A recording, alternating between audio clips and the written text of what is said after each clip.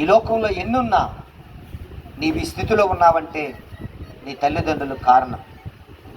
దేవుని రుణాన్ని, తల్లిదండ్రుల రుణాన్ని ఏం చేసినా మనము తీర్చలేం. కానీ దురదృష్టం ఏంటంటే ఈరోజు ఆ దేవుడు జ్ఞాపకం రావట్లేదు, కన్నా తల్లిదండ్రులు జ్ఞాపకం రావట్లేదు.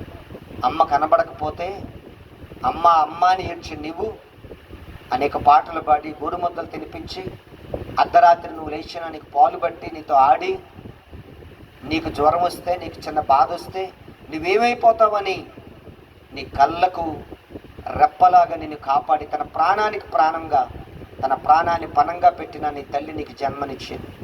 కానీ అన్నం తింటున్నప్పుడు నా తల్లి కనీసం అన్నం తిన్నదని ఆలోచించే మనిషి ఎవడైనా ఈ భూమి మీద ఉన్నారా?